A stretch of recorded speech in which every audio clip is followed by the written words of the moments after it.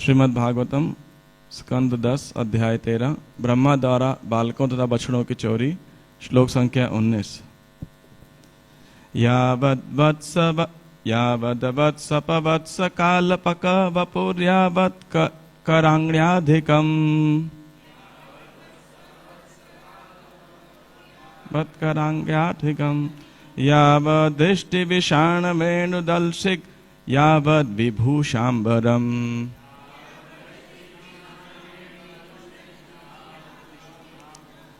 यावत्शीलगुणाभिधाकृतिवयो यावद्विहारादिकम्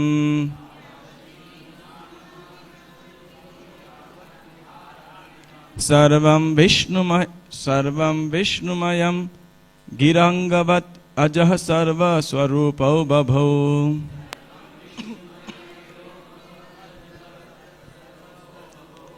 अनुवाद। अपने वासुदेव रूप में कृष्ण ने खोए हुए ग्वाल बालकों तथा बछड़ों की जितनी संख्या थी उतने ही वैसे ही शारीरिक स्वरूपों, उसी तरह के हाथों, पांवों तथा अन्य अंगों वाले उनकी लाठियों, तुरहियों तथा वंशियों, उनके भोजन के छींकों, विभिन्न प्रकार से पहनी हुई उनकी विशेष वेशभूषाओं तथा गहनों, उनके नामों, उम्रों तथा विशेष कार्यकलापों एवं गुणों से युक्त स्वरूपों में अपना विस्तार कर लिया। इस प्रकार अपना विस्तार करके सुंदर कृष्ण ने यह उक्ति सिद्ध कर दी, समग्र जगत विष्णुमयम, भगवान विष्णु सर्वव्यापी हैं। तात्पर्य। ब्रह्म संहिता 5:33 में कहा गया है, अद्वैतम अच्युतम अनादिम अनंत रूपम आद्यम पुराण पुरुषम नव यौवनम च। कृष्ण परम ब्रह्मा तथा आद्यम, हर वस्तु के आदि हैं। वे आदि पुरुष सर्वदा यौवन से पूर्ण रहने वाले हैं। वे कल्पना से अधिक रूपों में विस्तार कर सकते हैं, फिर भी वे अपने आदि रूप से नहीं गिरते हैं, इसीलिए वे अच्युत हैं। यही भगवान हैं। सर्वम विष्णुमयम जगत सर्वम खल्विदम ब्रह्म। इस तरह कृष्ण ने सिद्ध कर दिया कि वे सर्वस्व हैं और वे कुछ भी बन सकते हैं, फिर भी वे हर वस्तु से भिन्न रहते हैं। मत्स्तानि सर्वभूतानि न चाहम तेष्वस्थितः। ऐसे कृष्ण अचिंत्य भेदाभेद तत्व दर्शन द्वारा जाने जाते हैं। पूर्णस्य पूर्णमादाय पूर्णमेवावशिष्यते। कृष्ण पूर्ण है और सभी ऐश्वर्यों से पूर्ण। लाखों ब्रह्मांडों की सृष्टि करने पर भी वे बिना किसी परिवर्तन के पूर्ववत ऐश्वर्यवान बने रहते हैं। अद्वैतम। विभिन्न वैष्णवाचार्य विशुद्ध अद्वैत, विशिष्ट अद्वैत, अद्वैत दर्शनों के माध्यम से इसी की व्याख्या करते हैं। अतएव मनुष्य को चाहिए कि वे आचार्यों से कृष्ण के विषय में जाने। आचार्यवान पुरुषो वेद। जो व्यक्ति आचार्यों के मार्ग का अनुसरण करता है वह वस्तुओं को यथारूप में जानता है। ऐसा व्यक्ति कृष्ण को यथारूप में जान सकता है, चाहे कुछ हद तक ही सही। और कृष्ण को समझ लेने पर जन्म कर्मा च में दिव्यम एवं यो वेत्ति तत्वतः, वह भवबंधन से मुक्त हो जाता है। त्यक्त्वा देहं पुनर्जन्म नैति मामेति सो अर्जुन। हरे कृष्ण। तो आप सभी भक्तों का हार्दिक स्वागत है। ये प्रसंग चल रहा है ब्रह्मा द्वारा बालकों तथा बछड़ों की चोरी। भगवान कृष्ण अघासुर का वध करते हैं। ब्रह्मा जी उसे देखते हैं और मोहित हो जाते हैं, कि बिविल्डर हो जाते हैं कि जिस प्रकार से भगवान ने उनका वध किया होता है, अघासुर का वध किया रहता है। तो ब्रह्मा जी उसी समय मोहित होते हैं और कि इस प्रकार से इतने शक्तिशाली अघासुर का मोहित किससे होते हैं? इससे नहीं कि भगवान कृष्ण का वध कर दिया। मोहित इससे होते हैं कि अघासुर इतना पापी था और ब्रह्मा जी ने उसकी नियति गहन नरक के अंदर रखी थी कि ये कोई पाप करेगा तो किधर जाएगा। स्वाभाविक है कि वो नरक में जाएगा या उसको बहुत आगे सजा प्राप्त होगी, दंड प्राप्त होगा। तो ब्रह्मा जी ने जानते थे कि अघासुर बहुत ही पापी है। अघ मतलब ही पाप है, उसका नाम ही है पापासुर, है ना। तो और इतना सर्प वैसे भी द्वेषी होता है स्वभाव से ही। तो ब्रह्मा जी को बहुत आश्चर्य हुआ कि इतने पापी असुर का कृष्ण से संपर्क होने के बाद क्या हो गया? वो कृष्ण के अंदर विलीन हो गया। तो ये देख के ब्रह्मा जी को पहला मोह हुआ कि ऐसे कैसे, जिसकी इतनी गहन अंधकार में इतने निंदनीय योनि होनी थी आगे, या दंड होना था या नरक में जाना था, जिसको इतनी सजा प्राप्त होनी थी, वह व्यक्ति वह पाप योनि व्यक्ति कृष्ण के संपर्क में आने से इतना शुद्ध होकर कृष्ण में ही विलीन हो गया। तो यहां ब्रह्मा जी को पहला मोह हुआ, आश्चर्य हुआ बहुत कि ऐसा कैसे हुआ। और अब अघासुर का वध, और भगवान कृष्ण वही छोटे से, बिल्कुल ज्यादा ऐसा भी नहीं है, और वध भी कैसे, कोई अस्त्र शस्त्र नहीं, कोई सुदर्शन चक्र नहीं, ऐसे ही बस मुंह में गए, आकार बड़ा किया, अघासुर का वध कर दिया। तो ये तो आश्चर्य था, लेकिन उससे बड़ा आश्चर्य कि अघासुर शुद्ध होकर भगवान में विलीन हो गया। उसके बाद में ब्रह्मा जी क्या देख रहे हैं, तो फिर सुखदेव गोस्वामी यहाँ पे कई श्लोकों में वृंदावन का भगवान वर्णन कर रहे हैं कि ये कितना बढ़िया स्थान है। ऑलरेडी अघासुर के वध के कारण लंच में लेट हो गया है, तो स्कूल में होता है ना एक्स्ट्रा क्लास हो जाती है कभी, या फिर मॉर्निंग में भी कभी कभी क्लास लंबी हो जाती है, भक्तों को थोड़ा लगता है अभी कब क्लास खत्म होगा, प्रसाद लेंगे। तो ऐसे ही भगवान कृष्ण बोला प्रसाद को लेट हो गया है, ये अच्छी जगह है, चलो यमुना के किनारे यहाँ पे हम करते हैं और लंच करते हैं, और बछड़ों को क्या है पेड़ से बांध देते हैं ताकि दूर न जाएं, बाद में उनको जंगल में ले जाएंगे चरने के लिए। यहाँ भी अच्छी हरी घास है, तो वहाँ पे पेड़ों से बांध देते हैं। सब बच्चों ने बछड़ों को पेड़ों से बांध दिया और फिर लंच करने लगे। अब जब प्रसाद लेने लगे तो सब चाहते थे कि, अब इतने सारे ग्वाल बाल थे, सब चाहते थे पहली रो में बैठना कृष्ण के बाजू के अंदर, है ना, और कृष्ण के बिल्कुल सामने। तो ये कैसे संभव होगा? तो भगवान की लीला शक्ति से क्या हुआ वहां पे कि चारों तरफ जितने बछड़े थे, सबको, जितने ग्वाल बाल थे, सबको लग रहा था कि कृष्ण उन्हीं की तरफ देख रहे हैं और वो सर्वप्रथम रो के अंदर बैठे हुए हैं। ये कृष्ण की विशेष अनुकंपा थी ग्वाल बालों के ऊपर। हर एक को लगा कि मैं ही सबसे आगे बैठा हूं और कृष्ण मेरी ओर ही देख रहे हैं, और कृष्ण को वो खिलाते थे। और अब भगवान श्री कृष्ण जो हैं ग्वाल बालों के साथ, देवता लोग देख रहे हैं ऊपर से कि वो यज्ञ पुरुष जो उनको हम यज्ञ में इतनी आहुतियां देख करके तब भी भगवान नहीं पाते, यहाँ बछड़ों के हाथ से उठा उठा के खा रहे हैं, उनका जूठा खा रहे हैं, उनके मुंह से निकाल के खा रहे हैं। तो और ब्रह्मा जी मोहित हुए, है ना। तो उन्होंने सोचा कि क्या ये वही भगवान है या नहीं है, थोड़ा परीक्षा लिया जाए उनका, है ना। तो ऐसे ब्रह्मा जी के मन में विचार आया। प्रभुपाद जी तात्पर्य में ये भी लिखते हैं कि देखिए ब्रह्मा जी भौतिक जगत में हैं। प्रभुपाद इतना भी लिखते हैं कि कमल से पैदा हुए तो क्या हुआ, कमल तो भौतिक ही है ना। प्रभुपाद तात्पर्य में ऐसा भी लिख रहे हैं। इसीलिए ब्रह्मा जी क्या हैं, भगवान की बहिरंगा शक्ति से प्रभावित हैं, ऐसा भी लिखते हैं। और बाद में ये भी आएगा ये सब भगवान की लीला शक्ति है ना। और कल के श्लोक में आया था कि भगवान सारे वृंदावन की जो गोप माताएं हैं उनको और ब्रह्मा जी दोनों पे कृपा करने के लिए उन्हें लीला किया। और फिर क्या हो गया कि ब्रह्मा जी ने पहले बछड़ों को चुरा लिया। जब बछड़ों को चुरा लिया तो भगवान श्री कृष्ण ने ग्वाल बालों को बोला नहीं नहीं आप लंच में डिस्टर्ब मत करो, मैं खोज के लेके आता हूँ, आराम से बैठो यहाँ पे, आप सब खाइए और मैं लेके आता हूँ सारे बछड़ों को। और भगवान ने बड़ा सर्च किया उन्हें, पहाड़ों में, वनों में और सब गुफाओं के अंदर, नदी के पास आदि कहीं मिले नहीं। और जब वापिस आए तो देखा क्या है, ग्वाल बाल भी नहीं है। तो भगवान खोज रहे थे, और जब भगवान ने जानना चाहा, इच्छा हुई जैसे भगवान की कि हुआ क्या है, तभी क्या हुआ, भगवान की ज्ञान शक्ति ने उनको रिमाइंड करा दिया कि ये सब ब्रह्मा जी की करतूत है। अब भगवान तो आराम से ढूंढते रहे। अब ब्रह्मा जी सोच रहे थे कि देखते हैं भगवान क्या करेंगे। ऐसा नहीं कि भगवान की परिस्थिति से वे उनको नहीं ज्ञान था कि ये भगवान है, लेकिन वे सोच रहे देखें भगवान करेंगे क्या। हो सकता है भगवान हमको डांटेंगे, फटकारेंगे, या खोजते ही रहेंगे उन्हें मिलेगा नहीं, या भगवान मेरे से आके विनती करेंगे दे दीजिए, है ना। ऐसे ऐसे तो क्या करेंगे भगवान, ऐसा सोच रहे थे, कुछ तो करेंगे। लेकिन यहां पे हुआ क्या, ब्रह्मा जी ग्वाल बालों को भी ले गए, बछड़ों को भी ले गए, और भगवान तो समझ गए कि क्या हो रहा है, लेकिन भगवान ने कुछ किया ही नहीं, कुछ भी नहीं किया जैसा ब्रह्मा सोच रहे थे। जैसे महाराज परीक्षित के प्रसंग में आता है, जब श्रृंगी ने श्राप दिया उन्हें, तो उन्होंने क्या किया, परीक्षित महाराज ने, शमीक ऋषि ने उनको संदेशा पहुंचवाया कि ऐसे ऐसे आपको श्राप मिल गया है। तो फिर क्या परीक्षित महाराज की प्रतिक्रिया क्या होती है कि बहुत जस्टिफाइड हुआ मेरे साथ में कि मुझे मिलना ही चाहिए। और सूत गोस्वामी कहते तिरस्कृता विप्रलब्धा शप्ता शिप्ता हतापि नास्य तत्प्रतिकुर्वन्ति तद्भक्ता प्रभवोपि ही, कि भगवान के जो भक्त हैं कितने महान हैं, यदि कोई उनका अपमान भी करे, उनको उनके चीटिंग भी करे, कोई उनको जान से भी मार दे, कोई उनको घायल कर दे, तब भी वे क्या करते हैं, प्रतिकार नहीं करते। इतने सहिष्णु होते हैं भगवान के भक्त। तो the best retaliation is no retaliation.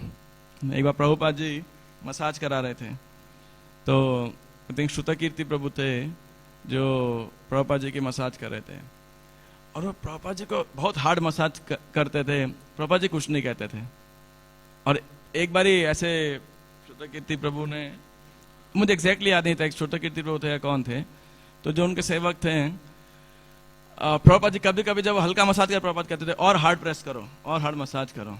तो सोच के आए थे कि आज मैं पूरी ताकत से, मतलब प्रभुपाद अब बोलें कि बस बहुत हो गया, इससे ज्यादा हार्ड नहीं सहन कर सकता, तो ऐसा मसाज। तो पूरा जान लगा करके और प्रसाद खा के पूरा एकदम एक्सरसाइज वगैरह करके सब आए थे तैयारी करके, और जितनी शक्ति थी उससे भी ज्यादा शक्ति लगा के प्रभुपाद की मसाज करने लगे।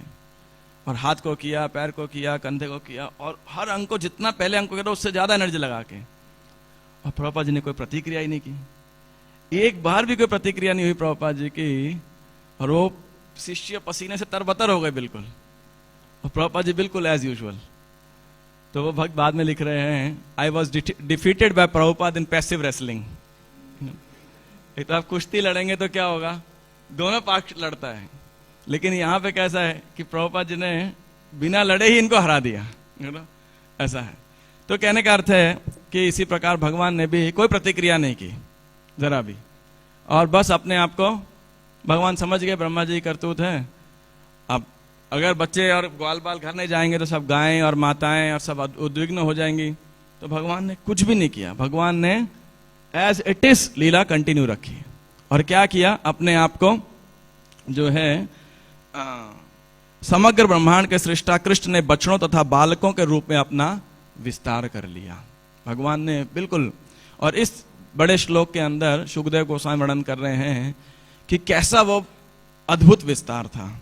यावत वत्सप वत्सकाल्पक वपुर, कि यावत वत्सप, वत्सप मतलब बछड़ों को पालने वाले ग्वाल बाल, और वत्सक अल्पक वपुह, वत्सक मतलब ग्वाल, बछड़े। तो वत्सप जो बछड़ों को पालने वाले ग्वाल बाल, और वत्सक अल्पक वपु तो बछड़ों के, और अल्पक वपु मतलब, वपु मतलब शरीर, और अल्पक मतलब बहुत ही सॉफ्ट, बहुत ही कोमल।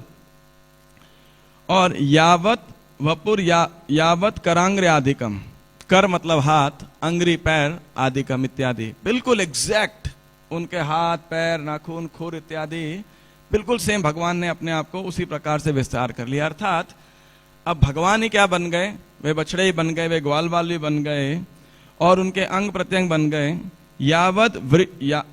यावद यष्टि विषाण वेणु दलसिक, कि उन्होंने, भगवान ने क्या किया, भगवान ही उनके जो है बजाने वाले बुगुल, बांसुरी, लाठियां और जो उनके लंच बॉक्स थे, पैकेट्स थे, बिल्कुल ठीक वैसे ही भगवान ने अपना विस्तार कर लिया, एग्जैक्ट सेम, डिट्टो सेम। यावत शील गुणा विधा कृति वयः, बिल्कुल सेम गुण, सेम आदत, सेम स्वरूप, सेम लक्षण, सेम शारीरिक स्वरूप, ये सब भगवान ने एज इट इज।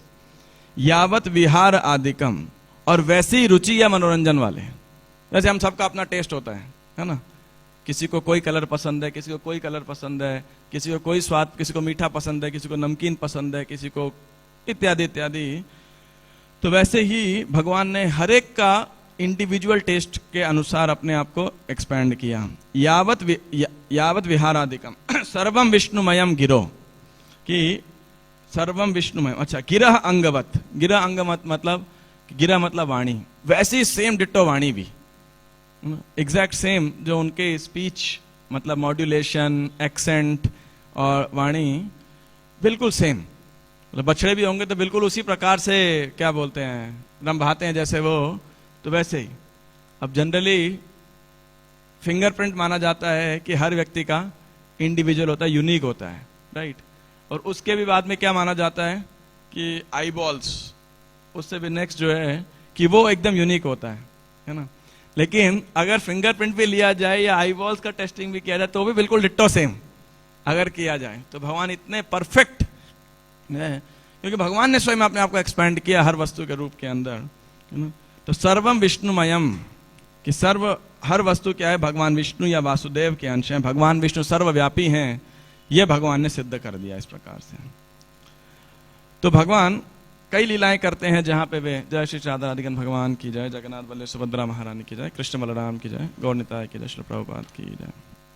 तो भगवान कई लीलाएं करते हैं जहां पे अपने अपना विस्तार करते हैं।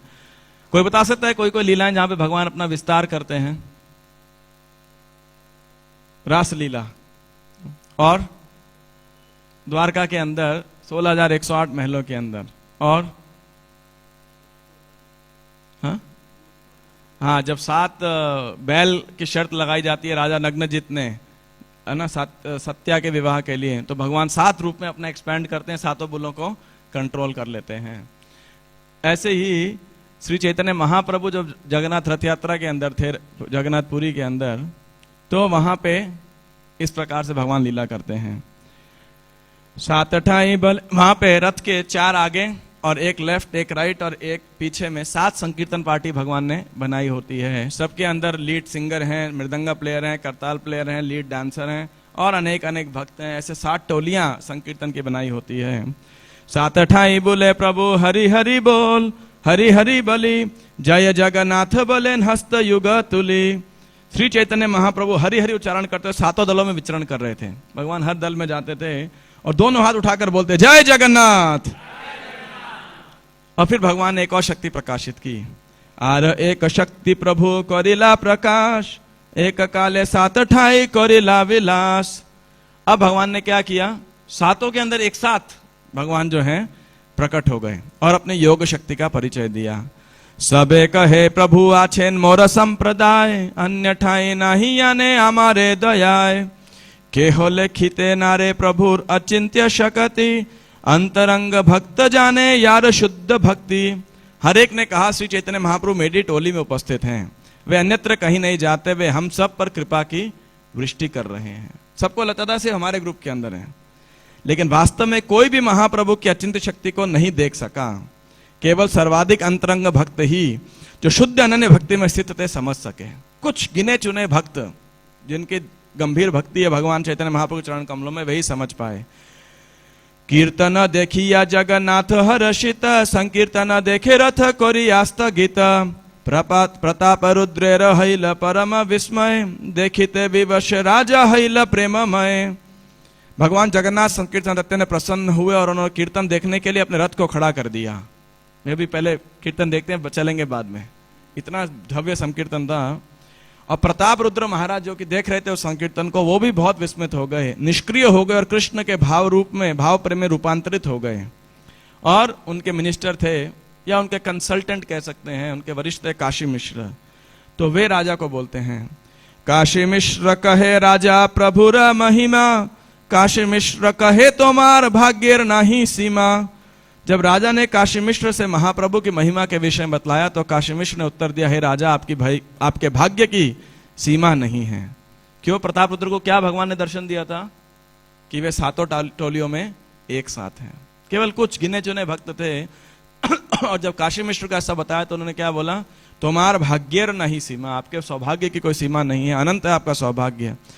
सार्वभौम संगे राजा करे ठारा ठारी, आर के हो नाही जाने चैतन्य रो चुरी। राजा तथा सार्वभौम भट्टाचार्य दोनों ही महाप्रभु की लीला से अवगत थे, किंतु श्री चैतन्य महाप्रभु की युक्तियों को अन्य कोई नहीं देख सकता था। अब कविराज गोस्वामी एक बात कह रहे हैं, जारे तार कृपा से ही जानी बारे पारे, कृपा बिना ब्रह्मादिक जानी बारे नारे। उन्हें केवल वही समझ सकता है जिसे महाप्रभु की कृपा प्राप्त हो चुकी हो। महाप्रभु की कृपा के बिना ब्रह्मादिक देवता गण तक नहीं समझ सकते। यही बात ब्रह्मा जी भी आगे कहेंगे। तो कविराज गोस्वामी ऐसे ब्रह्मा जी का नाम लेके कोई ब्रह्मा जी का अपमान नहीं कर रहे हैं। कहने का अर्थ है कि भगवान की इतनी अचिंत्य शक्ति है, परास्त शक्ति विविधैव श्रूयते स्वाभाविक ज्ञान बल क्रिया च, कि उसे कोई भी नहीं समझ सकता है। राजा तुच्छ सेवा देखी प्रभुर तुष्ट मन, सेहित प्रसादे पाइले रहस्य दर्शन। क्या हुआ था कि राजा प्रताप रुद्र की तुच्छ सेवा से महाप्रभु अत्यंत प्रसन्न हुए थे, इसीलिए उनके ऊपर उस कृपा पूर्वक उन्होंने उस रहस्य का दर्शन कराया। साक्षात न देय देखा परोक्ष तो दया, के बुझते पारे चैतन्य चंद्र माया। यद्यपि राजा को मिलने से मना कर दिया गया था, किंतु अप्रत्यक्ष रूप से उन पर अहेतु की कृपा प्रदान की गई। भला चैतन्य महाप्रभु की अंतरंगा शक्ति को कौन समझ सकता है। तो केवल शुद्ध भक्त ही भगवान के ऐसे विस्मय कार्य को समझ सकते हैं। जब भट्टाचार्य ने और काशी मिश्र ने राजा के ऊपर महाप्रभु की अहेतु की कृपा देखी तो वे चकित रह गए। श्री चैतन्य महाप्रभु ने कुछ समय तक अपने इस प्रकार से कि स्वयं गा रहे थे और अपने संगियों को नाचने के लिए प्रेरित कर रहे थे। कभु एक मूर्ति कभु हन बहु मूर्ति, कार्य अनुरूप प्रभु प्रकाश ये शक्ति। महाप्रभु अपनी आवश्यकता के अनुसार कभी एक रूप प्रदर्शित करते तो कभी अनेक, ऐसा उनकी अंतरंगा शक्ति द्वारा संपन्न हो रहा था। लीला वेशे प्रभुर नाही निज अनुसंधान, इच्छा जाने लीला शक्ति कोरे समाधान। महाप्रभु अपने दिव्य लीलाओं के दौरान अपने आप को भूल गए, किंतु उनकी अंतरंगा शक्ति और विशेषतः लीला शक्ति ने उनके मनोभावों को जानते हुए सारी व्यवस्था कर दी। तो ये एक तथ्य है जो हम सबको भक्तों को समझने का प्रयास करना चाहिए कि कई बार ये प्रश्न आता है, पीछे ब्रह्मा जी ने भी ब्रह्मा जी के इस प्रसंग में भी आया था कि भगवान जैसे नाटक कर रहे हैं, है ना। तो नाटककार जो नाटक में एक्टर होता है वो तो सब कुछ जानता है लेकिन नाटक कर रहा है। क्या भगवान नाटक कर रहे हैं या भगवान जानते हैं? भगवान नहीं जानते हैं। वो लोग ऐसे कैसे वो तो भगवान है, क्योंकि भगवान मनुष्य लीला कर रहे हैं इसीलिए वो नहीं जानते हैं। लेकिन जैसे ही जानने की इच्छा होती है तो क्या होता है, भगवान की शक्तियां एक्ट करती हैं, है ना। तो जब जानने की इच्छा होती है तो ज्ञान शक्ति एक्ट करती है, जब कुछ करने की इच्छा होती है तो भगवान की इच्छा शक्ति एक्ट करती है और तुरंत वो एक्ट हो जाता है। अभी हमारे साथ में ऐसा नहीं हो सकता, है ना। मैं चाहूं कि ये लाइट बंद हो जाए, अब कितना भी लाइट की ओर देखता रहूं, घूरता रहूं, गुस्सा करता रहूं, नहीं होने वाले, है ना, क्योंकि हमारे पास वही शक्तियां नहीं है। इच्छाएं तो अनेक हैं लेकिन हमारे पास में वो इच्छाओं को पूर्ण करने की शक्ति नहीं है। ये भगवान के और हमारे अंदर भेद है। हर जीव चाहता है भगवान होना और हर जीव यही चाहता है कि जैसी मेरी इच्छाएं हो वैसे ही इस संसार के अंदर हो, पूरा संसार मेरे हिसाब से चले। चलो पूरा संसार नहीं तो कोई बात नहीं, जितना मेरा आसपास के लोग हैं, जितना मेरा सर्कल है वो तो मेरे अनुसार चले कि नहीं। घर में पति सोचता है कि सब पत्नी बच्चे सब मेरे अनुसार चले, पत्नी सोचती है कि नहीं पति मेरे अनुसार चले, है ना। ऑफिस में व्यक्ति जो बॉस होगा, मैनेजर होगा, वो सोचेगा कि सारे सबऑर्डिनेट्स एम्प्लॉयज मेरे हिसाब से चले। एम्प्लॉयज सोचे, सबऑर्डिनेट सोचेंगे कि सुपीरियर हमारे हिसाब से चले। इस दुनिया में हर व्यक्ति यही सोच रहा था। बच्चे क्या सोचते हैं, टीचर हमारी तरह पढ़ाए, हम होमवर्क करें ना करें कुछ ना बोले, है ना। और टीचर क्या चाहती है, जैसा मैं चाहती हूँ बच्चे वैसा करें, है ना। हर व्यक्ति अगर देखिए यही चाहता है। अगर एक दृष्टिकोण से देखा जाए तो हर व्यक्ति भगवान बनना चाहता है, लेकिन हम भगवान बन नहीं सकते। भगवान के पास परास्य शक्ति विविधई व श्रूयते, स्वाभाविक ज्ञान बल क्रिया छ। तो भगवान की लीला शक्ति उनके मनोभावों को जानते हुए सब व्यवस्था कर दी। इसी प्रकार से जब नारद मुनि द्वारका में जाते हैं तो भगवान का लीला का दर्शन करने के लिए, तो वो भी चकित हो जाते हैं। इतने सुंदर सुंदर महल और उन महलों का वर्णन है। और जो है भगवान नारद मुनि पहले महल में जाते हैं, तुरंत भगवान क्या करते हैं, पलंग से उठ खड़े होते हैं, अपने सिर को नारद मुनि को प्रणाम करते हैं और हाथ जोड़कर नारद मुनि को आसन में बैठाते हैं, उनके चरण पखारते हैं और फिर उस चरण को अपने सिर पे धारण करते हैं। इस प्रकार से भगवान करते हैं। तो फिर और नारद जी से पूछते हैं बड़ी मधुर वाणी में कि हम आपके लिए क्या कर सकते हैं। तो नारद जी उनकी प्रार्थना करते हैं कि इसमें कोई आश्चर्य की बात नहीं है कि आप ऐसा कर रहे हैं और इस प्रकार से जो है लीलाएं कर रहे हैं। और मेरे आप पे ये कृपा है कि मेरा आपसे ये रिक्वेस्ट है कि आप मुझे शक्ति दें कि मैं आपका स्मरण कर सकूं। ऐसा बोल के नारद जी अगले महल में चले जाते हैं। ठीक है, तो वहां जाते हैं तो क्या देखते हैं कि भगवान कृष्ण अपनी पत्नी के साथ और उद्धव जी के साथ चौसर खेल रहे हैं। तो वहां भी देखा नारद जी ने, भगवान ने जैसे नारद जी को सेम उसी प्रकार स्वागत किया तो नारद जी चकित हो गए कि ये क्या है, अभी तो भगवान ने मेरा सत्कार किया, फिर दोबारा कर रहे हैं। तो ऐसे हुआ। फिर अगले महल में गए तो देखा भगवान कृष्ण अपने छोटे छोटे बच्चों को पिता की तरह दुलाल रहे हैं। फिर अगले महल में गए देखा भगवान स्नान के लिए तैयारी कर रहे हैं। अगले महल में गए तो देखा भगवान यज्ञ अग्नियों में आहुति डाल रहे हैं। दूसरी जगह पंच महायज्ञ द्वारा पूजा कर रहे हैं। अगले महल में ब्राह्मणों को भोजन करा रहे हैं। तो और अगले पे वो ब्राह्मणों के द्वारा उच्चिष्ट महाप्रसाद को ग्रहण कर रहे हैं। कहीं पे भगवान मौन रहकर मन ही मन गायत्री जाप कर रहे हैं, संध्या वंदन कर रहे हैं। तो कुछ स्थान पे वो जो क्या बोलते हैं अस्त्र शस्त्र की प्रैक्टिस कर रहे हैं, तलवार धनुष इत्यादि। भाई युद्ध लड़ना है राजा को तो प्रैक्टिस कर रहे हैं, तलवार ढाल इत्यादि भाले चला रहे हैं। कुछ स्थान पे भगवान घोड़े हाथी रथों की सवारी कर रहे हैं, कुछ जगह रिलैक्स कर रहे हैं, पलंग पे लेटे हुए हैं, है ना, और उनके लोग जो है उनका गान कर रहे हैं। कुछ जगह कुछ महल में देखा तो भगवान उद्धव आदि सब मंत्रियों के साथ मशवरा कर रहे हैं, कुछ स्ट्रेटेजी बना रहे हैं। तो कुछ जगह भगवान जल क्रीड़ा कर रहे हैं, कहीं गौएं दान दे रहे हैं, तो कहीं कहीं बैठ के इतिहास और पुराण इत्यादि शुभ वृतांत सुन रहे हैं, है ना। तो कभी कभी देखा पत्नी के साथ हास परिहास कर रहे हैं, तो कहीं कहीं धार्मिक अनुष्ठान कर रहे हैं, तो कहीं आर्थिक विकास के मामलों में। तो ऐसे भगवान जो है अनेक अनेक लीलाएं कर रहे हैं। कहीं पे युद्ध की योजना बना रहे हैं, तो कहीं पे शांति स्थापित कर रहे हैं। साम दाम दंड भेद सब करना पड़ता है। तो कुछ जगह वे लोगों के कल्याण के विषय में चिंतन कर रहे हैं, पब्लिक वेलफेयर कैसे किया जाए। तो कहीं जगह अपने पुत्र पुत्रियों का विवाह करा रहे हैं, और धूमधाम बड़ी ये विवाह उत्सव बड़े धूमधाम से हो रहे हैं। तो कहीं पे पुत्रियों दामादों की विदाई हो रही है। तो सारे नागरिक इन उत्सवों को देख के विस्मृत थे। और ऐसे अनेक और भी बहुत सारे डिटेल है। तो ये देखकर नारद मुनि बहुत मुस्कुराए, और ये लीला देख पा रहे थे। द्वारका में हर एक को लग रहा था कि भगवान इसी महल के अंदर है बस, है ना। ऐसा नहीं देख पा रहे थे कि भगवान क्या करते थे, हर महल से आते थे और जब अपने सुधर्मा हॉल के अंदर बैठते थे तो वो एक रूप में आ जाते थे। लेकिन हर एक को लगता था हमारे महल से आए हैं। वो 16,108 रूप एक साथ नहीं देख पा रहे थे भगवान के अनंत रूप। लेकिन नारद मुनि भगवान के सारे इन रूपों को दर्शन कर पा रहे थे, समझ पा रहे थे। तो नारद जी भगवान को प्रणाम करते हुए हंस भी रहे थे, मुस्कुरा रहे थे, और भगवान को प्रणाम करते हैं। विदाम योग मायास्ते दुदर्शापि मायिनाम योगेश्वरात्म निर्भातः भवत्पाद निषेवया। हे परमात्मा ही योगेश्वर, अब हम आपकी योग शक्तियों को समझ सके हैं, जिन्हें बड़े बड़े योगी भी मुश्किल समझ पाते हैं। एकमात्र आपके चरणों की सेवा करने से मैं आपकी शक्तियों का अनुभव कर सका हूं। तो कह रहे हैं कि केवल आपकी कृपा से इसको अनुभव कर सकता है, बिना भगवान की कृपा के कोई नहीं कर सकता, चाहे ब्रह्मा जी हो चाहे शिव जी हो। तो हे प्रभु, मुझे जाने की आज्ञा दें, ताकि मैं ब्रह्मांड भर में जाके क्या कर सकूं, आपकी इन लीलाओं का, आपकी महिमा का जोर जोर से गायन कर सकूं और विचरण कर सकूं। वो कह रहे हैं मैं अपने उस प्रचार की सेवा में वापस जाऊं, ऐसा है। तो भगवान उन्हें बोलते हैं कि ब्रह्मा जी, आपने जो है, मैं तो क्या हूं, धर्म का उपदेशक और उसका अनुमोदन करता हूं, तो इसलिए शिक्षा देने के लिए धर्म का पालन कर रहा हूं। तो आप डिस्टर्ब मत होइएगा। किस चीज से डिस्टर्ब मत होइएगा?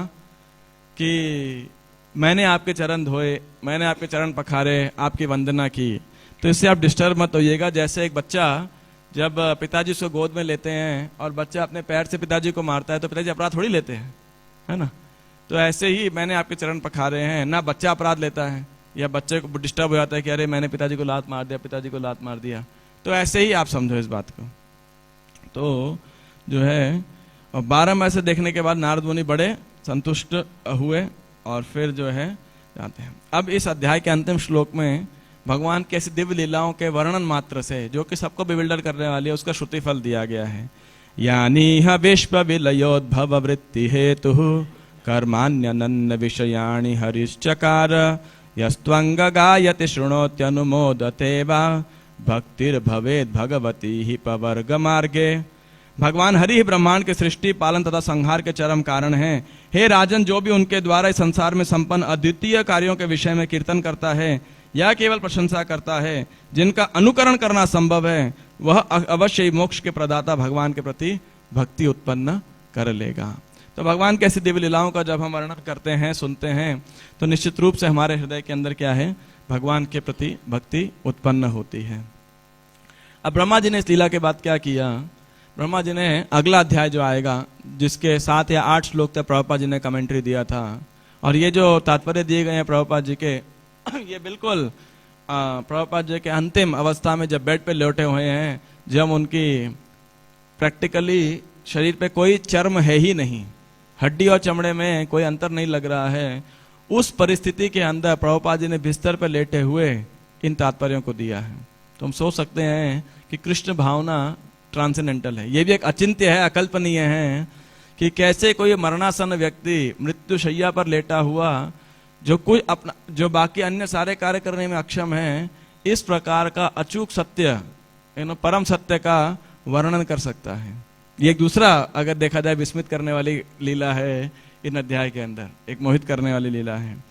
तो अब देखिए, द्वारका के अंदर, चाहे रासलीला के अंदर, चाहे संकीर्तन लीला के अंदर, महाप्रभु ने या कृष्ण भगवान ने जिन रूपों में अपना विस्तारित किया वे कृष्ण या महाप्रभु ही थे, है कि नहीं? हर एक में वही कृष्ण थे, वही शारीरिक आकृति है।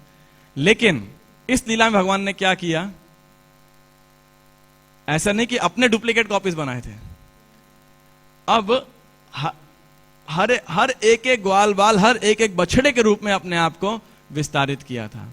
और ये देख के ब्रह्मा जी तो बिल्कुल हक्के बक्के रह गए, इतने भौचक्के रह गए कि ये क्या हुआ।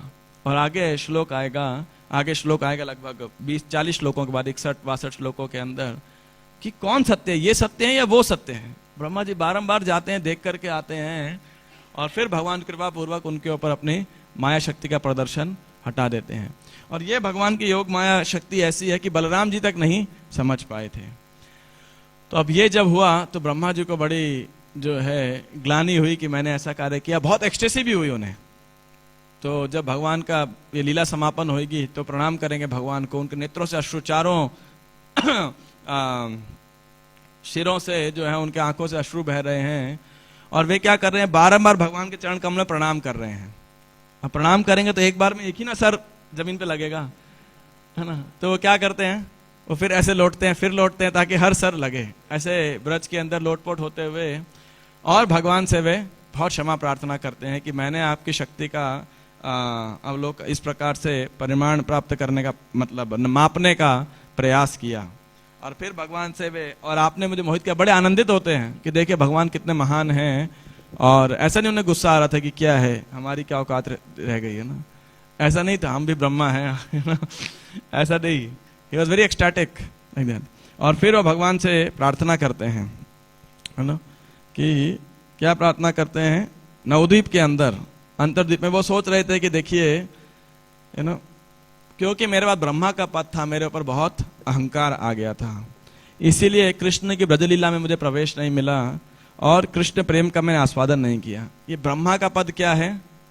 एकदम यूजलेस है, ये बिल्कुल बेकार है, अर्थहीन है। यदि मैं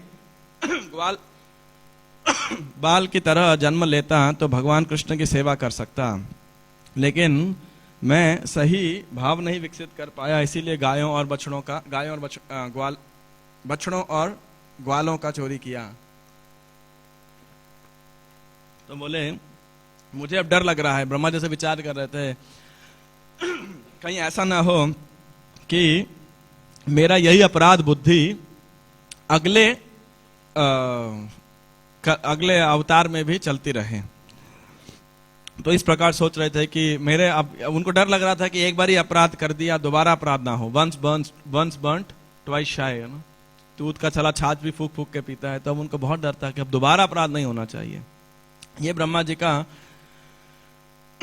महानता है कि यदि कोई अपनी गलती करे तो गलती करना उसकी महानता को कम नहीं करता है, गलती को स्वीकार करना उसकी महानता को दर्शाता है, और उस गलती को ठीक करना वो उसकी महानता को सिद्ध करता है ना। गलती हर कोई करता है, जो भी भौतिक जगत के अंदर है उसमें 4 दोष हैं, निश्चित रूप से गलतियां होंगी, लेकिन महान व्यक्ति वो है जो अपनी गलती को स्वीकार करे और स्वीकार करने के बाद उसे रेक्टिफाई करे। वो नहीं है जो अपनी गलती को डिफेंड करे, जो अपनी गलती को जस्टिफाई करे, वो महान नहीं है। तो ब्रह्मा जैसा विचार कर रहे थे कि अब महाप्रभु का, चैतन्य गौरांग महाप्रभु का अवतार होने वाला है, तो मैं जो हूँ, ये अपराध बहुत दोबारा नहीं रहना चाहिए, ये अहंकार उनके सेवा में बाधा नहीं पड़ना चाहिए। तो सिर्फ महाप्रभु के अलावा कौन मेरी मदद कर सकता है? तो ऐसा सोच करके उन्होंने क्या किया? नवद्वीप के अंदर आए। कहां पर? अंतर्द्वीप के अंदर। और अंतर्द्वीप में आकर के ब्रह्मा जी जो है तपस्या करने लगे, और उनके सामने कौन प्रकट होते हैं? श्री गौरांग महाप्रभु। और गौरांग महाप्रभु प्रकट होते हैं, और ब्रह्मा जी जो है उनके गौरांग महाप्रभु का सुंदर कंदर्प कोटि के समान उनका वो वर्ण है, गौर वर्ण है, उनकी छाती विशाल है, लंबी उनकी भुजाएं हैं जो थाइस तक, घुटने तक उनके जा रही हैं, और उनके कमल के समान नेत्र हैं जो आंखों तक जा रहे हैं। कंदर्प करोड़ों चंद्रमा के समान उनका सुंदर मुख है और बहुत सुंदर मुस्कान है भगवान के शरीर पे। तो ऐसे ब्रह्मा जी ऐसे रूप को देख करके कांपने लगे और भगवान को बहुत सुंदर प्रार्थनाएं अर्पित की रोते रोते। तो चैतन्य महाप्रभु ने क्या किया, ब्रह्मा जी को उठाया और उनका आलिंगन किया और उन्हें कहते हैं, हे ब्रह्मा, मैं आपके तपस्या से या आपकी सेवा से बहुत प्रसन्न हूं और आपकी इच्छा को मैं पूरा करने आया हूं। और जैसे ही भगवान के ऐसे वचनों को सुना, ब्रह्मा जी तुरंत मूर्छित हो गए। तो भगवान ने क्या किया, अपने चरण कमल ब्रह्मा के सर के ऊपर रखे, जिससे ब्रह्मा जी को दिव्य ज्ञान प्राप्ति हुआ और वे ब्रह्मा जी जो है प्रार्थना करने लगे, बहुत सुंदर। और अंत में क्या प्रार्थना करते हैं कि कि देखिए, और ब्रह्मा जी क्या प्रार्थना कर रहे हैं, कह रहे हैं कि देखिए मेरा आधा जीवन तो व्यर्थ हो गया है ना। अभी भी ब्रह्मा जी का आई थिंक 51st ईयर चल रहा है ना, 50 साल हो गए। तो वो प्रार्थना कर रहे हैं कि देखिए अब मेरे को ये है कि आने वाला आधा जीवन खराब ना हो जाए, बर्बाद ना हो जाए।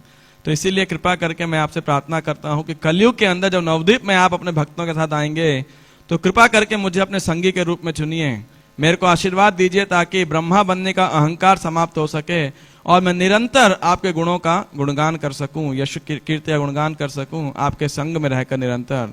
और इसके लिए मुझे आप कीजिए एक बहुत ही निम्न परिवार में जन्म दीजिए, क्योंकि मैं बहुत घमंडी हूं। इस प्रकार में दंडित कीजिए कि लोग मुझसे घृणा करेंगे। इस प्रकार से ब्रह्मा जी प्रार्थना करते हैं कि मेरी इस अहंकार की मानसिकता को आप हटाइए और आप मुझे अपने हरिनाम के प्रति विशेष आसक्ति दीजिए। जिस प्रकार आपने पिछली लीला में मुझे मोहित किया था, कृपया इस लीला में मुझे मोहित मत कीजिएगा, विविल्डर मत कीजिएगा या चीट मत कीजिएगा। मैं चाहता हूं हमेशा आपके भक्तों के संग में रहकर हमेशा आपका स्मरण करूं।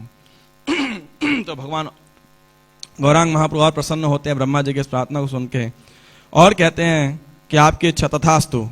और वे कहते हैं जब मैं अगले जन्म में आऊंगा तो आप क्या करेंगे, कैसे जन्म लेंगे आप, यवन खानदान में जन्म लेंगे। किस रूप में, हरिदास के रूप के अंदर। नामाचार्य हरिदास ठाकुर की। तो ये लीला से ब्रह्मा जी जो है प्रार्थना करते हैं। और जो अगला अध्याय होगा वो भी बहुत सुंदर ब्रह्मा जी के उसके अंदर प्रार्थनाएं हैं। अंतिम आज का जो विषय हम चर्चा करने वाले हैं कि भगवान की अनंत शक्तियां हैं। प्रभुपाद जी कह रहे हैं कि सर्व खल वैदम ब्रह्मा सर्वम विष्णुमयम जगत। भगवान सर्वस्व है, कुछ भी बन सकते हैं, फिर भी वे सबसे भिन्न रहते हैं। इसीलिए आचार्यों ने हमारे विशिष्ट अद्वैत, शुद्ध अद्वैत, द्वैत अद्वैत इत्यादि जो है फिलोसॉफीज लिखी हैं। और चैतन्य महाप्रभु ने कौन सी फिलोसॉफी लिखी है, अचिंत्य भेदा भेद तत्ववाद, है ना, अचिंत्य भेदा भेदवान। तो ताकि हम समझ सकें कि भगवान कैसे जो हैं भिन्न हैं और भगवान इस प्रकृति के साथ कैसे डील करते हैं, भगवान कौन है, भगवान की अचिंत्य पोजीशन क्या है। यदि ऐसी पोजीशन को हम नहीं समझ पाएंगे तो स्वाभाविक है कि भगवान की लीलाओं से व्यक्ति मोहित हो जाएगा। देखिए रासलीला में भगवान ने अपना को एक्सपेंड किया, लोगों को बड़ी दिक्कत होती है। यहाँ पे एक्सपेंड किया, कोई इसकी चर्चा ही नहीं करता है ना, क्योंकि ये हमारी मानसिकता है, बद्ध जीवों की मानसिकता है कि दूसरे को गलत सिद्ध करो, अपने आप को सही सिद्ध करो, है ना? ये एक उसकी मानसिकता है। तो भगवान में भी खोट निकाल करके आप क्या कर सकते हैं, अपने आप को सही सिद्ध कर सकते हैं, आप भगवान हैं या महान हैं, इस प्रकार से। तो भगवान की क्या शक्तियां हैं, इसका बहुत सुंदर वर्णन भगवान कृपा पूर्वक कहां पे कर रहे हैं, स्वयं भगवत गीता में कर रहे हैं। एक बात इससे पहले बहुत महत्वपूर्ण है, भगवान की कृपा क्या है।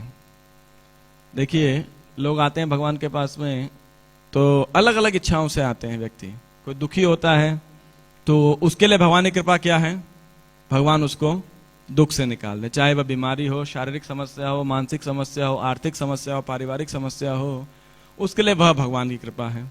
कोई व्यापारी भगवान के पास आता है, उसका व्यापार बढ़ जाता है तो वह भगवान की कृपा है ना।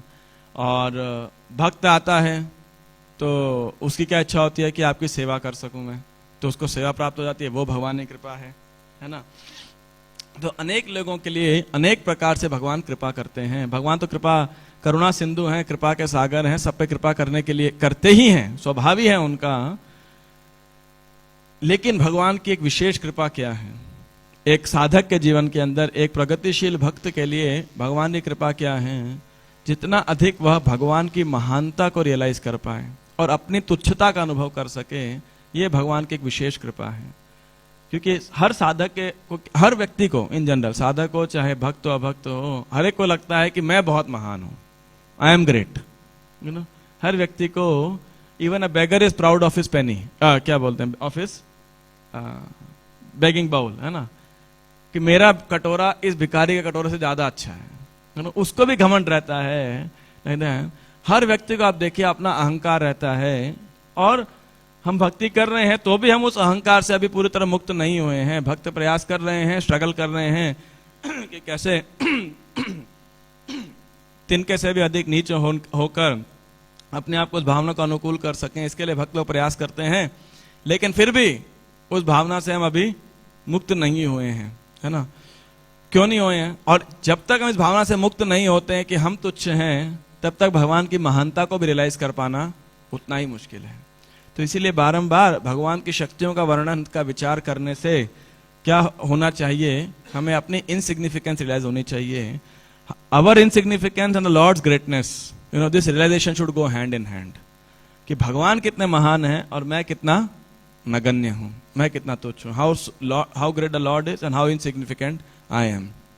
तो ये एक बहुत विशेश है, और चाहे इंद्रदेव हो चाहे या ब्रह्मा जी हो, ये भगवान की उनके ऊपर विशेष अनुकंपा है कि वो अपनी यथावत स्थिति को समझ पा रहे हैं कि मैं उतना महान नहीं हूं जितना मैं अपने आप को समझता हूं, है ना।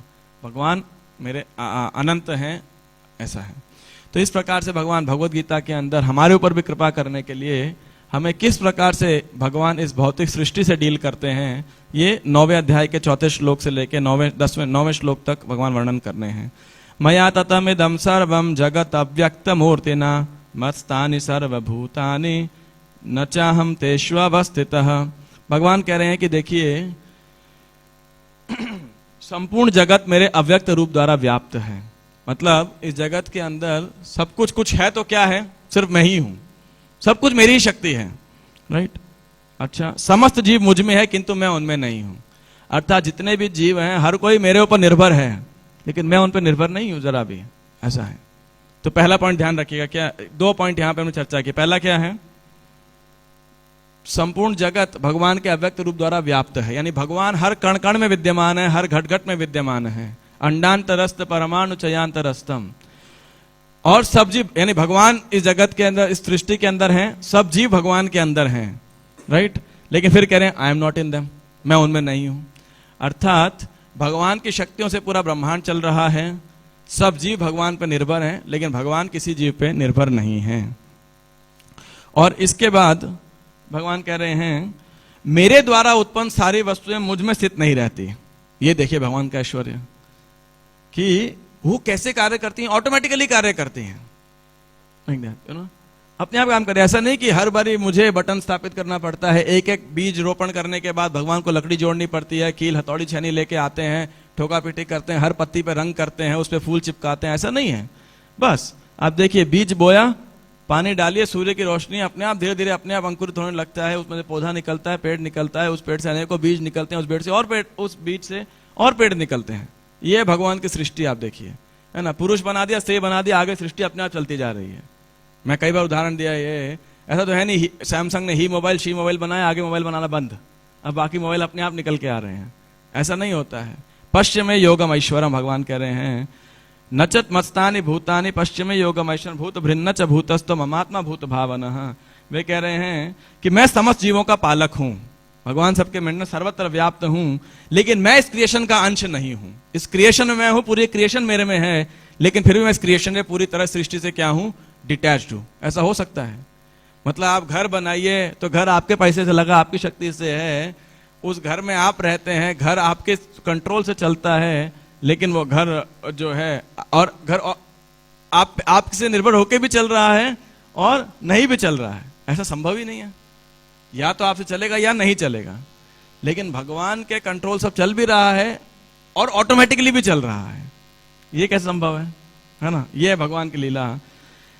और फिर भगवान कह रहे हैं इस सृष्टि का मैं कारण नहीं हूं, है ना, इस सृष्टि से बिल्कुल अलग हूं।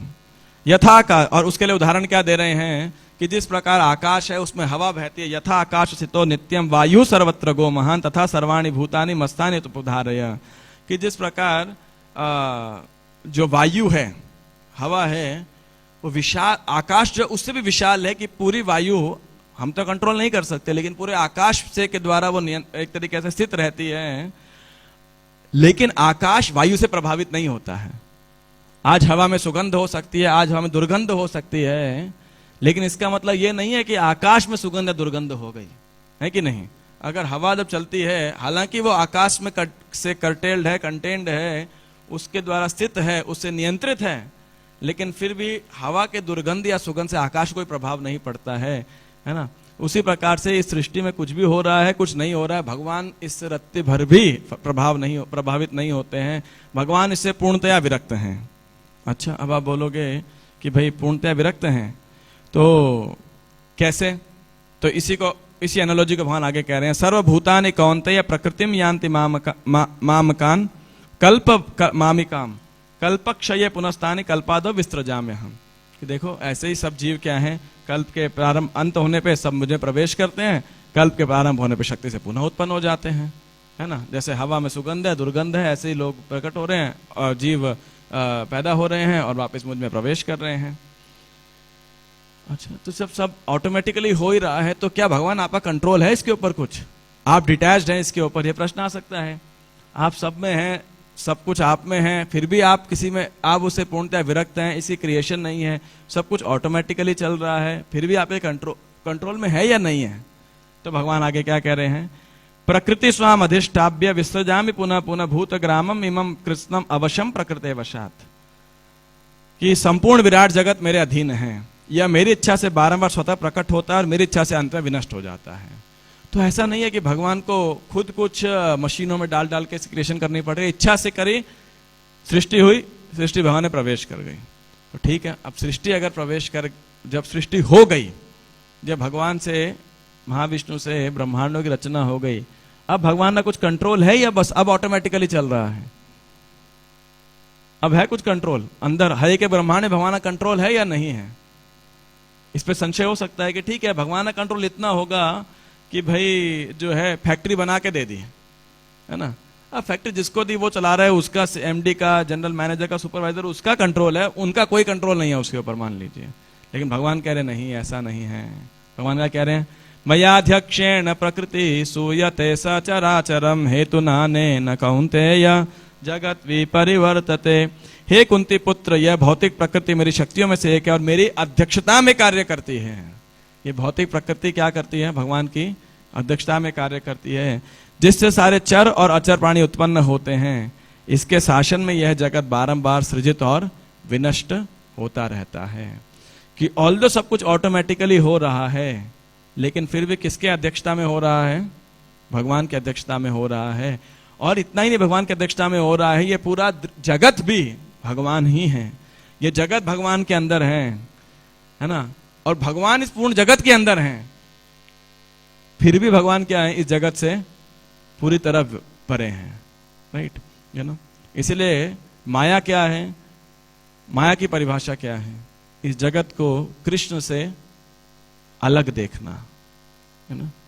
कृष्ण से जब हम किसी भी वस्तु को इस संसार के अंदर कृष्ण से अलग देखते हैं, किसी प्राणी को अलग देखते हैं, तो वह है महामाया। और योग माया क्या है? हर वस्तु को, हर व्यक्ति को भगवान से संबंधित देखना, है ना। सिर्फ दृष्टि का अंतर है। कृष्ण से विरह देखना, कृष्ण से विलग देखना, अलग देखना, वह है महामाया। और कृष्ण से युक्त देखना, वह क्या है? योग माया। स्थावर जंगम देखी ना देखे तारा मूर्ति, सर्वत्र होए तारा इष्ट देव स्फूर्ति, है ना। जो भगवान के शुद्ध भक्त हैं, उनका दृष्टिकोण क्या रहता है? प्रेमांजना छुरित भक्ति विलोचनेन संतः सदैव हृदयेषु विलोकयन्ति यम श्याम सुंदरम अचिन्त्य गुण स्वरूपम गोविंदमादि पुरुषम तमहम भजामि। प्रेमांजन छुरित भक्ति विलोचनेन, जिनके पास प्रेम का अंजन लगा है, वो भगवान को सर्वत्र देख। संतः सदैव हृदयेषु विलोकयन्ति, वे अपने हृदय के अंदर क्या देख रहे हैं? सदैव भगवान का दर्शन कर रहे हैं। विलोकयन्ति यम श्याम सुंदरम अचिंत्य गुण स्वरूपम, भगवान के अचिंत्य गुणों का, स्वरूपों का दर्शन कर रहे हैं। और वे सर्वत्र भगवान को देख पा रहे हैं, सब जगह। उनके लिए जगत भगवान से अभिन्न है, क्योंकि भगवान की सृष्टि है। लेकिन बद्ध अवस्था के अंदर एक बद्ध जीव का दृष्टिकोण क्या रहता है? ये जगत क्या है? भगवान से अभिन्न है और मेरे भोग के लिए है ना? कैसे मैं इसका भोग कर सकता हूं, यह महामाया का दृष्टिकोण है। योग माया का दृष्टिकोण क्या है? यह भगवान की संपत्ति है, कैसे मैं इसे भगवान की सेवा में लगा सकता हूं। फिर चाहे मेरा शरीर हो, मन हो, है ना, मानस देहो गेहो जो किछु मोर अर्पिलु तुआ पदे नंद किशोर, कि हे भगवान मानस देहो गेहो, जो कुछ भी है मेरे पास, मन है, शरीर है, शरीर संबंधित घर है, जो किछु मोर अर्पिलु तुआ पदे नंद किशोर, वास्तविकता में वो आप ही का है, यू नो, इसीलिए मैं आपको अर्पण करता हूं। और ये दृष्टिकोण जब किसी भक्त का होगा तो वह पूर्ण शरणागत हो सकता है। और इसीलिए भगवान की अचिंत्य शक्तियों का बारंबार शास्त्र में वर्णन किया जाता है, भगवान की सृष्टि लीला का बारंबार वर्णन किया जाता है, और बारंबार ये कहा जाता है कि भगवान की शक्तियां कोई नहीं समझ सकता है। जब हम उसी शक्ति के द्वारा प्रदत्त कृपा को भगवान की सेवा में दोबारा लगाते हैं तो भगवान की कृपा से उनकी शक्तियों को हम रियलाइज कर पाते हैं, ऐसा है। तो इसीलिए भगवान की सेवा के द्वारा, भगवान की कृपा के द्वारा ही हम भगवान को रियलाइज कर सकते हैं। और यही बात श्रील प्रभुपाद कह रहे हैं कि जो व्यक्ति आचार्यों के मार्ग का अनुसरण करता है वह वस्तुओं का यथारूप में जानता है। ऐसा व्यक्ति कृष्ण को यथारूप में जान सकता है, चाहे कुछ हद तक ही सही। प्रभुपाद अपने प्रवचन में कहा, just try to understand Krishna. सबने बोला ठीक है, ओके। तो कृष्ण कैसे समझे? किताबों से, यू नो, जो एक्सपीरियंस है उनसे सही है। उसी लेक्चर के एंड में प्रभुपाद कह रहे हैं, you can not understand Krishna. तो ये क्या समझा जाए? तो उनके भक्त बता रहे हैं, प्रभुपाद कह रहे हैं, यही बात यहां लिख रहे हैं, चाहे कोई कृष्ण को कुछ हद तक ही समझे, लेकिन कृष्ण को समझ लेने से क्या होगा? वह व्यक्ति वह बंधन से मुक्त हो जाएगा। जन्म कर्म चमे दिव्यम एवं यो वैति तत्वतः त्यक्त्वा देहम पुनर्जन्म नैति मामेति सो अर्जुन। तो इसीलिए ब्रह्मा जी यहाँ पे मोहित होते हैं, लेकिन मोहित होने के बाद में वे शुद्ध नहीं होते हैं। वे भगवान की इस अचिंत्य लीला शक्ति को देख करके बहुत आनंदित होते हैं, एक्सटेटिक होते हैं, और अपनी तुच्छता के लिए भगवान से जो है प्रार्थना करते हैं। और भगवान इस पूरी सृष्टि के अंदर उनके अचिंत्य अनेक शक्तियां हैं, और ऐसी शक्तियों का वर्णन हमारे शास्त्रों में अनेक जगह पे किया है, चाहे वह भागवतम का प्रथम स्कंद हो, दूसरा स्कंद हो, तीसरा स्कंद हो। जहां जहां भी महान भक्तों के बीच में वार्तालाप है, जहां जहां महान भक्तों की प्रार्थनाएं हैं भगवान को, आप देखिए प्रारंभ हमेशा उन प्रार्थनाओं में प्रारंभ उन वार्तालाप के अंदर कहां से शुरू होता है? कैसे भगवान इस भौतिक सृष्टि के साथ डील करते हैं, जो भगवान की सृष्टि लीला है। क्यों? क्योंकि हम बद्ध जीवों के लिए जो भौतिक जगत में हैं, हमारे लिए आध्यात्मिक लीला को समझ पाना बहुत मुश्किल है, क्योंकि हमारी बुद्धि मैटर के अंदर है। तो इस मैटर से भगवान कैसे डील करते हैं, जितना अधिक हमें समझ पाते हैं और भगवान कितने महान हैं, उतना अधिक ये मदद करता है हमें कृष्ण भावना भावित होने के लिए। है बहुत मुश्किल को समझ पाना।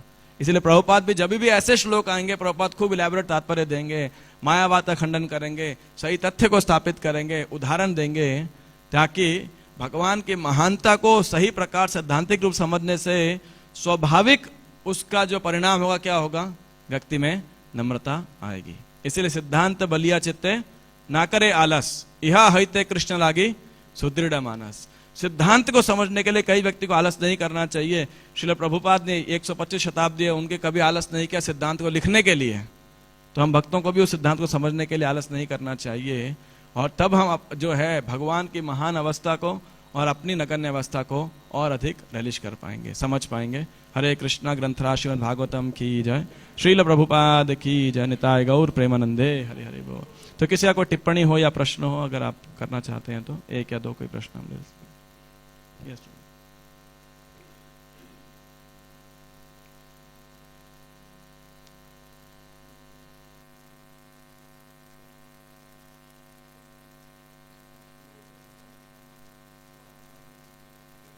एक्सपैंड किया था, तो दो जगह, एक जगह मेंशन किया था कि कृष्ण उद्धव के साथ शतरंज खेल रहे थे, और दूसरी जगह कृष्ण उद्धव के साथ कुछ प्लानिंग कर रहे थे। तो does this mean that Uddhav had also expanded 16,100? क्या भगवान के शुद्ध भक्त भी उनके साथ में एक्सपेंड कर रहे हैं? May not be 16,100। जहां भगवान चाहते हैं, जहां लीला की आवश्यकता है, उनका विस्तार वहां रहता है। That is possible. जब कृष्ण के इतने सारे विवाह हो रहे हैं तो नंद यशोदा इत्यादि सब, देव की वसुदेव, सब विवाह के अंदर है, ऐसा है। तो वो भी भगवान की कृपा से एक्सपेंड कर सकते हैं। और किसी का कोई प्रश्न है? यस।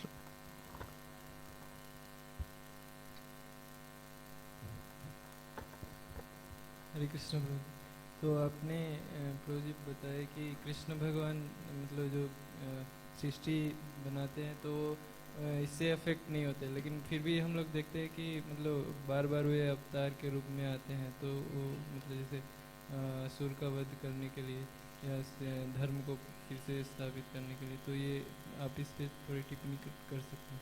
भगवान क्यों आते हैं? हाँ मतलब अब देखो, अब इसके कई अलग तरीके समझ सकते हो आप कि भगवान भौतिक जगत में क्यों आते हैं। इसलिए नहीं कि भगवान इस जगत से प्रभावित हैं या भगवान को आने की जरूरत है, इसलिए नहीं। भगवान आते हैं कि देखिए वैकुंठ आध्यात्मिक जगत में तो भगवान से ईर्ष्या करने वाला कोई है नहीं। जब ईर्ष्या द्वेष करने वाला है नहीं तो भगवान के साथ यानी compete करने वाला कोई नहीं है। तो जब कोई compete करने वाला नहीं है तो भगवान फिर वहां पे जो है उस रस से वंचित रह जाएंगे ना, कि नहीं? कि नहीं? भगवान उसका आस्वादन नहीं कर पाएंगे। इसलिए भौतिक जगत में आते हैं उन लोगों से करुणा करने के लिए, तो एक बात है ही है, लेकिन भगवान एक ये भी रस आस्वादन करने के लिए कि कैसे विद्रोही लोग क्या विद्रोह करते हैं ना। जैसे देश का प्रधानमंत्री या राष्ट्रपति कभी जेल में जाए तो अब ये थोड़ी ना बोलेंगे कि भाई उसने क्राइम किया इसलिए जेल में गया है, या जेल के नियम उसके लिए थोड़ी होते हैं। तो भगवान यहाँ पे आस्वादन करने के लिए आते हैं, you know. So is Krishna complete और इनकम्प्लीट? आध्यात्मिक जगत में कृष्ण कंप्लीट है, इनकम्प्लीट है? He is most complete, and most complete means what? He is complete as well as incomplete. Otherwise he cannot relish in completeness. अगर भगवान अपूर्ण नहीं है तो अपूर्णता रिलीज नहीं कर पाएंगे, इसका मतलब किसी से भगवान वंचित रह गए ना, कि नहीं? इसलिए भगवान is the most complete, like that. तो इसीलिए भगवान भौतिक जगत में आते हैं, सब भगवान की लीला ही है कि नहीं? जैसे प्रधानमंत्री राष्ट्रपति जेल में आकर के 2-4 के सजा माफ कर देगा, वो भी उसके लिए रिलीज है, चलो दया दिखाई मैंने, है ना। तो ऐसे ही हमें सजा से मुक्त करने के लिए भगवान आते हैं। एक अंडरस्टैंडिंग है, भगवान अपने आनंद के लिए आते हैं। नित्यो नित्यानाम चेतनस चेतनानाम एको बहुनाम यो विदधाति कामान, कि जितना भी इस कार्य हो रहा है नित्य, एक नित्य अनेकों नित्य में हुए, एक चेतन कॉन्शियस बीइंग अनेकों कॉन्शियस बीइंग क्यों हुए? यो विदधाति कामान, अपने आनंद को बढ़ाने के लिए। एकमात्र रीजन यही है। भगवान ने चाहे आध्यात्मिक जगत की सृष्टि की, चाहे भौतिक जगत की सृष्टि की, इस सृष्टि का एकमात्र कारण है, वो क्या है? भगवान का आनंद, सिर्फ और सिर्फ। प्रभुपाद कहते हैं therefore our duty is to supply ingredients of enjoyment for Krishna। ऐसा है, उल्टा होता है, हम कृष्ण जाते हैं हमारे एंजॉयमेंट के लिए प्रार्थना करते हैं, बट वास्तविकता में भक्ति का दृष्टिकोण अलग है ना। और दूसरा फिर ऑफ कोर्स बाकी सब रीजन है कि भगवान भक्तों पर दया करने के लिए, और जो भक्त यहाँ प्रचार कर रहे हैं उनके लिए भगवान का वात्सल्य है, अपने फॉलन कंडीशंस को रिक्लेम करने के लिए, ये सब कारण है। हरे कृष्ण। श्रील प्रभुपाद की जय। निताय गौर प्रेमानंदे। हरि हरि बोल।